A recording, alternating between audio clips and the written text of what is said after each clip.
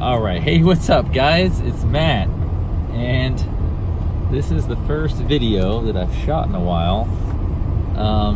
If you follow my Instagram, you may have seen I posted a picture of a new car phone mount, and so I hooked it up, and I kind of just want to call this series like the day after night shift, because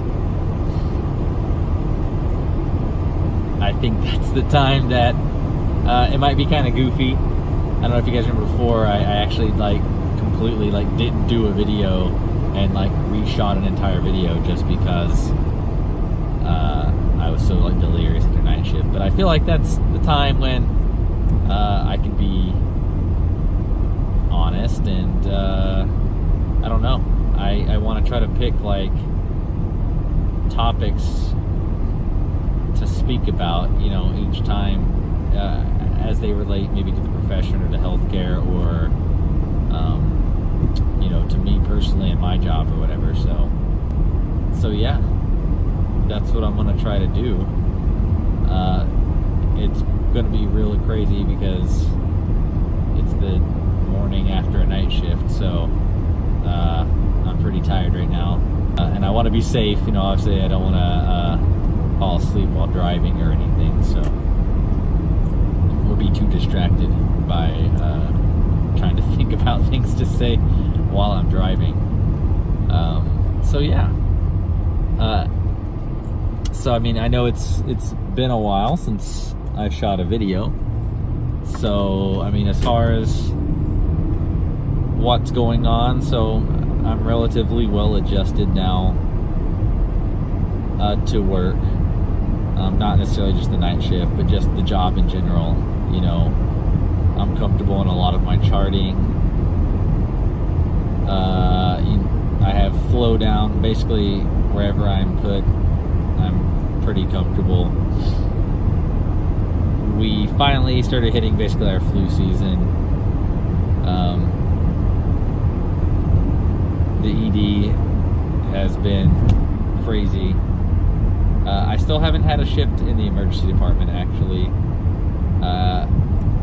and I'm kind of okay with that. Not because the ED gets crazy, but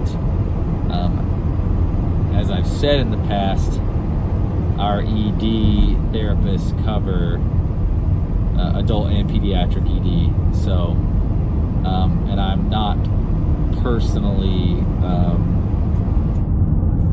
comfortable with peds yet, as far as just the potential acuity of peds, and we have a scoring system with which we alter things like treatment frequencies and things like that. I don't mind helping in the ED. When I free up, a lot of the times, when you call for us, when we call our ED therapist, they're usually already with somebody, especially when they're busy, and so the normal request is just to check their orders, see what's populated up. So I mean, obviously, if they're busy with either another treatment or something more intense, like a unconscious and responsive, or a cardiac arrest or intubation or whatever they're doing, go down there and knock out a few just stat one-time frequency breathing treatments. So that's not that big of a deal. And then I've also been trying to help out when I free up, especially in the mornings in the ICU. So we're still not allowed to do vent checks in the ICU, which is a little weird because we're allowed to do vent checks when we have vented trach patients that are not in the ICU, our post-critical care unit and our neuro IO unit can get vented trach patients. They're not on Draegers, which is what the primary ICU uses. They're usually on LTVs. So But still, a vent check is a vent check, as far as like what's required of you. You're still assessing the patient, assessing airway, and getting typically the same numbers from the vents. Obviously, the Dragers are a little more complex than LTVs, but anyways. So, so I've been trying to help out more in the ICU, doing that's when they're getting backed up with things. So like to do treatments on non-vented patients, or doing non-invasive checks. So patients who are on like V60s on BiPAP or CPAP or something, knock out those checks. Heated high flows in the ICU. We can check those blood gases. We can do the ones that are sticks. And if someone's available to draw for us, because they don't train you to draw from an ART line until you're ICU trained. I've drawn from from ART lines before as a student, but that's just the hospital's policy. So it is what it is. But if the RT or helping is around, or any of the nurses from the ICU, they can draw it up for you, and you can just at least run the gas. So just doing your part there too, it gets you that exposure in the ICU. Another big thing right now in our ICU is subglottic suctioning, like Q4 subglottic suctioning. So when the therapists are backed up, or they have a lot of vents going on, to be over there just to help knock out some suctioning, stuff like that. It gets you the exposure over there, so that's always nice. But so that's been going well. In the last few nights I've been in my last 2 shifts, I've carried like the cardiac observation unit. One night I had the post-critical care unit, and then last night I had cardiac observation and cardiac medical. So that's always an interesting unit. You're not normally like flooded with tons of treatments in terms of like your Q4, Q6 stuff, because there's so many cardiac patients, but a lot of the times if they have treatments, it's because they have like a history of COPD or a history of asthma or something that's like sparked the inkling that they may need breathing treatments or whatever. But I did have a couple of little more critical patients. Guy in a heated high flow, another patient who came to the unit on like a non-rebreather from the ED. So we had to assess him, get him off the non-rebreather, and then try to keep him kind of stable. Patient would have massive coughing fits, like a really strong productive cough, but his coughs were so strong that he would like vagal down, so it was going super Brady on us, and then it would desaturate really bad, and so it just made my night interesting. But so last night wasn't too bad, but the word on the street is tonight we're supposed to be short. I think like one therapist, so that makes for a long night usually. Hopefully someone from day shift will volunteer to maybe stay a little late into our first round to help knock some stuff out. But it is what it is. I guess that's part of just your workflow. I try not to complain too much about being shorthanded, because what the hell does complaining do? Like nothing. You can complain all you want, but it's like it still has to get done, so you just gotta go do it, do the best you can, and hopefully have a good team to surround you and help you handle your business. So that's just that's how I've been, how things are going. It's going pretty good. And then so one of the things I want to do kind of with this little bit on my drive home is I try to pick topics out, things that I just read recently, or anything that sparks interest. So on that note, like, if you have something you think would be interesting to like talk about, like leave a comment, give me some ideas.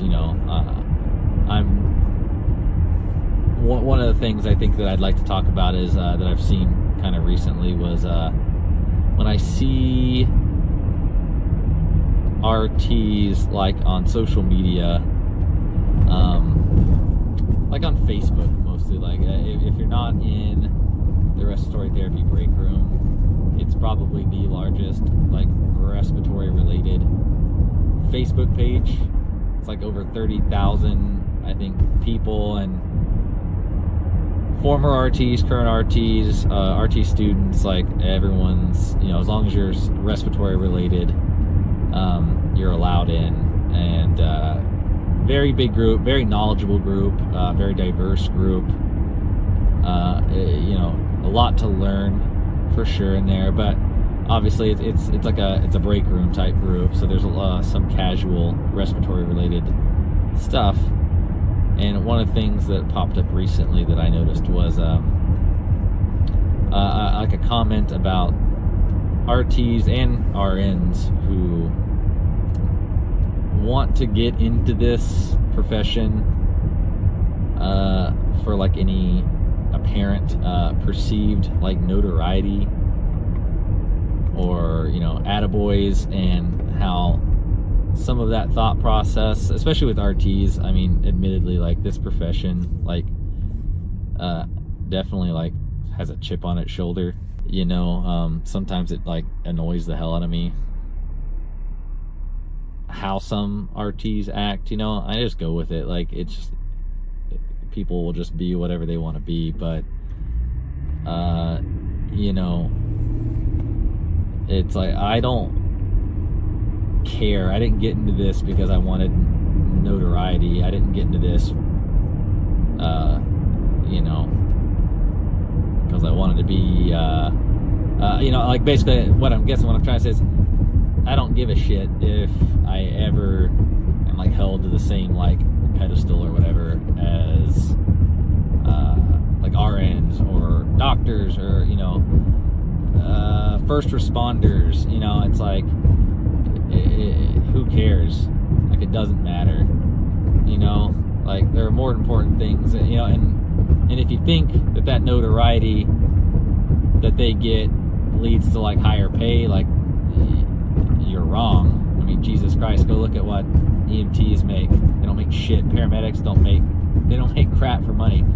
Firefighters, you stick around it long enough, yeah, you can make good money and good retirement and benefits and stuff. But I mean, you know what I mean? Like, so that's, the notoriety is not going to like move the profession forward. I love the idea that RT kind of operates behind the scenes. I like the idea that not a lot of people know what we are. I like to know that I'm the person who gets called for emergencies. Do you know what I mean? Like, tonight, that my particular patient who was desaturating, before the nurse even called a rapid response, which she eventually did, but she called me first. Like, hey, this patient is desatting. The waveform was good on the pleth, so I had the patient up to like 15 liters on an oxy mask. And I'm like, all right, so I went over to check it out. Now, and in between time I got off the call with her and got over there, she decided to call a rapid, which I understand, because that's a pretty big desaturation to go from coasting in the 90s to like drop into like the low 80s, high 70s. So, and it turned out it was just I believe it was a faulty monitor, because my pulse ox showed great saturations, and brought in like the tech's little mobile like Viper, that's what they call ours, where they do their vitals, and it was showing good SpO2. So I think it was just a faulty monitor, because we even changed finger probes, still getting weird stuff, switched hands, tried different fingers. So I think it was just an issue with the particular monitor. But like the fact that, I mean, they call you first, and they trust that you're going to come to the rescue, you know, and do everything you can. You know, yeah, obviously you're not going to save every patient. You're not, you know, this isn't about like white knighting it, but the fact of the matter is that you're that person, and, you know, whether they appreciate you or not, or whatever, you know, it doesn't matter. I like being that behind the scenes guy, you know. I like the label of like quiet professional. You know, that's what a lot of in the military, that's what they call a lot of like your special forces type guys, your Navy SEALs and all those, like, you know, hardcore, like badass people. And, you know, and that's how I like to kind of look at respiratory is, you know, we're the people who come in and like sometimes like we make or break, you know, a patient. So, you know, we're not like some omnipotent like force, you know, there, but, you know, so I guess just don't do it for the attaboys, and certainly like stop bitching about it. I guess, like, shut up, you know, like just stop. Like, who cares? Okay. Like, if I worked in this career for 30 years and I was never viewed as someone who was more than an ancillary service, I mean, so what? Like, who cares? You know, if it matters that much to you, then you're probably in the wrong profession and should look at something else. So, that's a real talk. So, with that, I'm gonna go ahead and stop it here, mostly because I'm almost home. So these videos will tend to be on the longer side just because I live like 13 miles one direction from my hospital. So this will be like my first installment, so I'm hoping to, I probably won't shoot these every shift because that would be like 3 times a week, and I'm usually pretty tired, so it's not like I'm gonna go edit this right this second. But definitely when it's posted, guys, comment below, give me ideas, things you want to talk about, anything, current topics or trends. It could be in healthcare and respiratory, you know, whatever. If you have something you'd like my opinion on, or just hear me like incoherently rant like I kind of just did in the last 17 minutes, leave a comment, let me know what you want to talk about. And as always, thanks so much for watching, everyone. I want to try to revitalize it a little bit, so just keep the channel going. Don't want anybody to think the channel died and I'm just not doing anything anymore. So anyways, thanks so much for watching, everyone, and I look forward to talking to you all.